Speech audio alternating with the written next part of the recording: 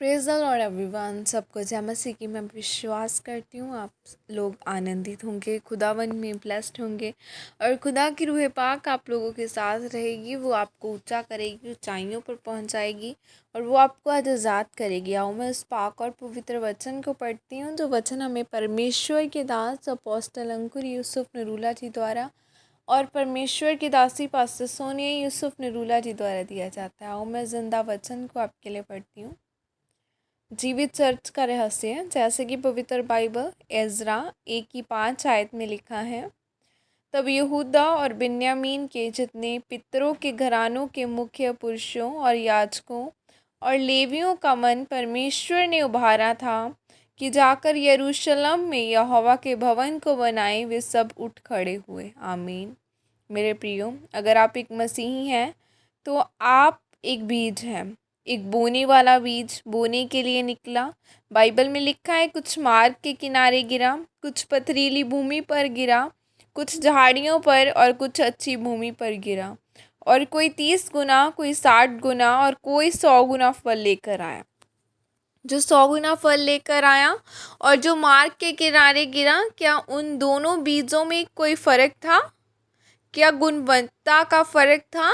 नहीं। बोने वाले के हाथ में जो बीज था वह सब एक ही प्रकार का था, पर स्थान मायने करता है कि पहला बीज कहाँ गिरा, दूसरा बीज कहाँ गिरा, तीसरा बीज कहाँ गिरा और चौथा बीज कहाँ गिरा।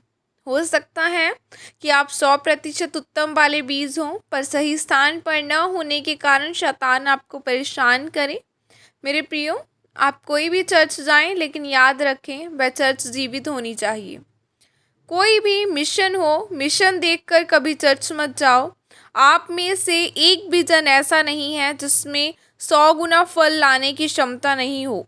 लेकिन अगर आप सही स्थान पर नहीं हैं तो आपकी क्षमता जो आपके अंदर है वह बाहर नहीं निकल सकती। आपको सही बात समझनी है कि अगर 12 साल की लहू बहने वाली स्त्री बोलती कि काश काश परमेश्वर यहाँ से निकलता, तो मैं उसको छूकर चंगी हो जाती। ऐसे ऐसे 100 तरह के बहाने वह लगा सकती थी, लेकिन उसने फैसला किया कि जहाँ यीशु मसीह है वहाँ मैं चलकर जाऊँगी, भीड़ को चीर कर अपनी चंगियाई को लूँगी। मेरे प्रियो, अभिषिक्त चर्च में आने के लिए आपको मूल्य अदा करना होता है, क्योंकि इसका मूल्य मैं जानता हूँ। मुझे अपने आत्मिक पिता से मिलने के लिए कितने प्लेन बदलने पड़ते थे।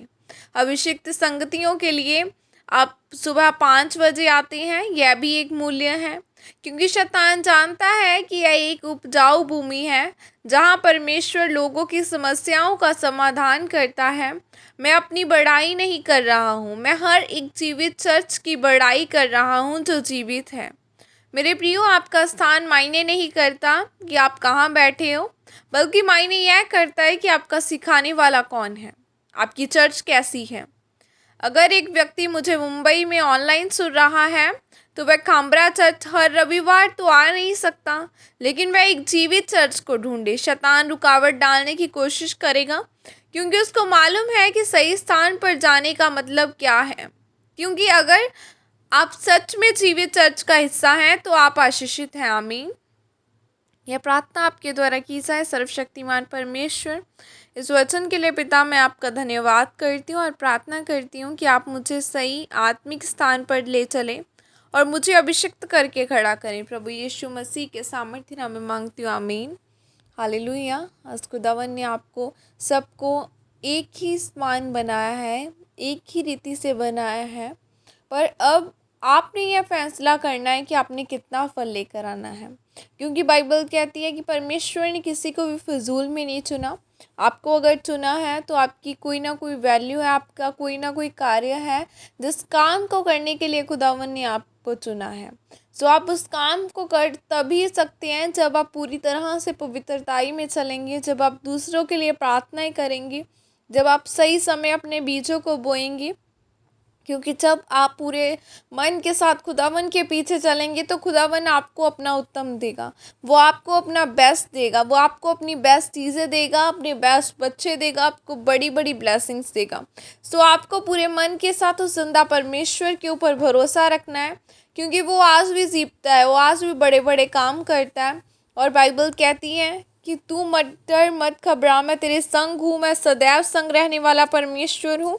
सो किसी भी बात की आपको चिंता करने की ज़रूरत नहीं, क्योंकि हमारा खुदावन जीवता है और आज कल और हर वक्त एक सा रहता है, वो कभी नहीं बदलता। उस जिंदा वचन पर हमने भरोसा रखना है जो बाइबल में हमें दिया है, उस वचनों के ऊपर चलना है, क्योंकि आज हमारे पास जीवता वचन है जो परमेश्वर ने हमें दिया है। और आज हम उस वचन को लेकर जो हमें वर्डली दिया गया है उसके साथ हम प्रार्थना कर सकते हैं। सो अपनी प्रार्थनाओं को करें, प्रार्थनाओं में आगे बढ़ें, दूसरों के लिए प्रार्थनाएं करें, शुभ समाचार दें, लोगों को बताएं यीशु मसीह के बारे में, फिर खुदावन आपको ऊंचा करेगा। God bless you all, praise the Lord. जय मसीह की सबको।